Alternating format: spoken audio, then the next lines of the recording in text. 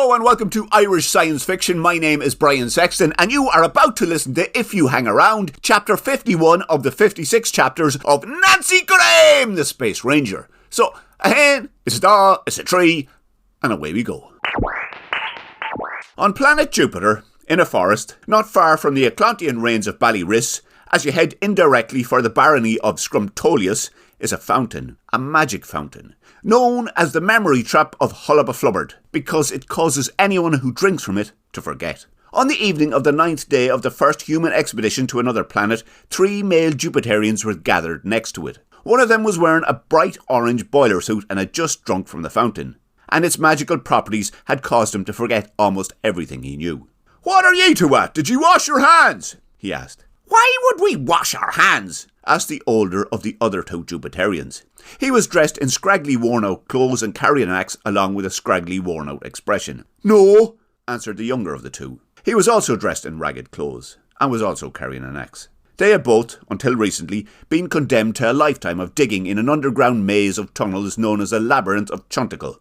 They were now indirectly part of an impromptu uprising against the reign of a Jupiterian dictator known as Sosman Borkstapel, as was, unknown to himself, the orange boiler-suited axe-wielding Jupiterian. "Which one of ye is Bip?" he asked. "Neither. You are Bip. I'm Dungula the Almighty, and this is Noob 06351. Why would we wash our hands?" said the older of the noobs. "To keep them clean," explained Bip. "And there's no way I'm calling you Dungula the Almighty, you scrawny old goat. I'll call you Mighty. And stop distracting me. I'm supposed to kill someone. Is it either of ye two?" I don't think so," said Noob 06351. "No," said Mighty. "You're not much crack," said Bip. "Are you sure?" "Fairly sure," said Noob 06351. "Yes," said Mighty. They were then interrupted by the noisy and confused arrival of 8 axe-wielding, scraggly-dressed Jupiterians into the 10-metre-wide clearing of forest that surrounded the elaborately decorated, incongruously placed memory trap/fountain. "What are ye 3 doing? We're supposed to be on the march for Sosman City," asked one of the 8. He was slightly larger than the rest and wore a very concerned expression.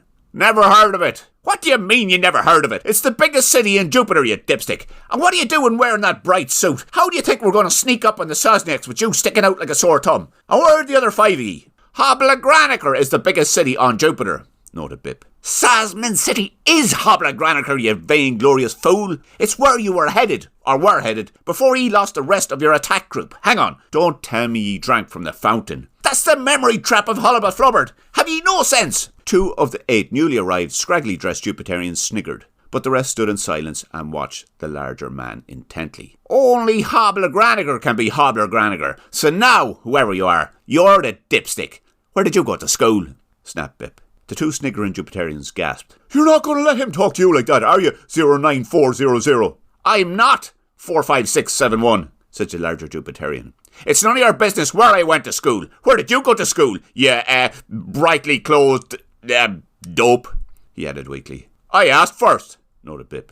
"He just drank from the fountain of forgetfulness," interrupted Mighty. "Who are you?" snapped the larger stranger. "I'm Dungula the Almighty," said Mighty. "And I'm Noob 06351, said Noob 06351. "Neither of us drank from the memory trap," added Mighty. "Good," said the larger of the newly arrived 8 scraggly-dressed axe-wielding Jupiterians. "Because the leader is on the way."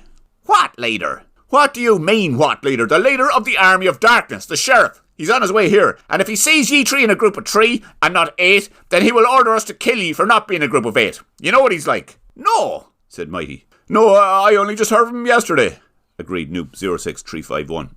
"Sheriff?"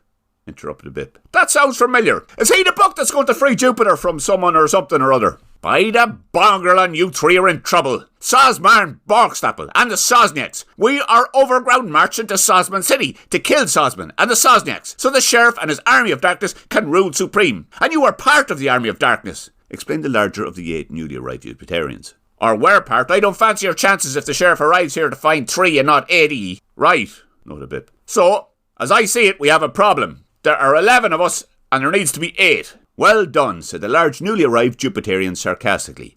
"Where did you go to school?" "I forget," said Bip. What happened next happened quickly. Bip's ass flashed upwards and through the air, making contact with, and bouncing heavily off, the head of the large Jupiterian, who then fell to the ground unconscious. "What is going on?" snapped Bip. "That's a Tamagalodian axe. It should have got right through your man. Here, give me your one, he said to Noob 06351. Noob 06351 handed Bip his axe. As he did so, the rest of the newly arrived scraggly dressed Jupiterians turned to flee, and then froze in their tracks. Where are ye lot off to? Nowhere, Sheriff, said one weakly. What is the story with these axes? They're as blunt as a spontallager's arse, noted Bip. He threw away Noob 06351's axe and retrieved his own. Madness, he noted. There's no point to an axe if it's not sharp. Very, very true. What is going on here? A group of 7 about to run, and 3 standing about, and 1 lying down taking himself a rest? How can I take control of the solar system if this is the best my army can manage? The 7 frozen in their tracks Jupiterians bowed their heads as the sheriff walked past them into the clearing surrounding the memory trap of Hullabaflubberd and stood directly in front of Bip. Where is Commander Catherine of the European Space Agency of Planet Earth? He demanded. Never heard of her, said Bip. Is she some sort of celebrity? Ha! Good answer, noted the sheriff. Listen to this man, men. He is not afraid to speak up. He does not have his head bowed. He's the sort of leader we need in order to smash the Sosniaks. He drank from the memory trap of Hullabaflubberd, noted Noob 06351. Tattletale, snapped the sheriff. But thanks for telling me. Whatever that was sounds important. Now beat yourself to death with your own axe. There's no room for tattletales in the army of darkness. I lost my axe, said Noob 06351. Well, Bip here took it and threw it away. A likely story, said the sheriff. But I admire your sneakiness, blaming your own stupidity and forgetfulness on someone else. You are also the sort we need in the army of darkness. I am going to appoint you two as my personal guards. The rest of ye, retaliate the march to Hobla. Someone wake up that lazy lump on the ground there. I think he's dead, said one of the head-bowed 7 about to flee but frozen in their tracks Jupiterians.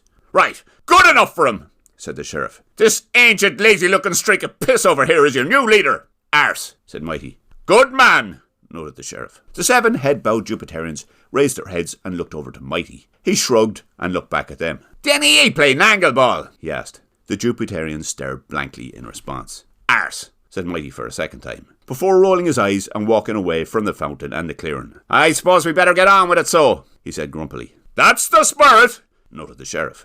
Bip, the sheriff, and Noob 06351 watched as the 7 head-bowed Jupiterians followed their new group leader on his apathetic, lazy wander into the vegetation that covered the low hills leading away from the open ground that bordered the Atlantean range of Ballyris and marked the boundary from the outer sparsely populated lands of Jupiter and towards the large multi-layered built-up environment of its largest city. Who were they? asked Bip. I don't know, just some fodder for the attack on Sosman City, said the sheriff. Never heard of it, said Bip. I like your style, Bip. Said with the sure and certain knowledge that Sosman will soon be no more. I'm going to name a province after you once I take the throne, noted the sheriff. There's a throne? asked Noob 06351. Stop trying to copy him, you, snapped the sheriff. Stick to what you're good at, lying and blaming others. I'm going to need people like you when I take command of the planet. Now come on the Perry. Where? asked Bip. You lead the way, said the sheriff. Bip thought briefly about his circumstance, then forgot rapidly what he'd been thinking, and walked out of the clearing, through the vegetation that covered the low hills that surrounded the open ground surrounding them, and towards the Atlantean range of Ballyris. He paused briefly at a recently smoothed and neatly finished tunnel entrance to the side of a low mound. Nice job, fair play to whoever carved that out, he said. You did, said Noob 06351. Good man, sucking up to the leader. I'm going to make you Chancellor when I take control, said the sheriff. And that was it for the early evening of the 9th day of the first human expedition to another planet. An underground army, of sorts, a Jupiterian megalomaniac leader named Sosman Borkstapel, vegetation, the memory trap of Hullabaflubberd, European Space Agency Mission Specialist Nancy Goodday McGinley, European Space Agency Mission Specialist Bart McMorrow, a Colump, an Operdom chamber, and the last remaining copy of the Book of Bongerlan, adrift on the Sea of Uncertainty on Jupiter. Well, fair play to you if you stuck with that. There's 5 more episodes to go, and if you have listened to this thing from the start, which is going on 3 years, fair play to you. Chat soon.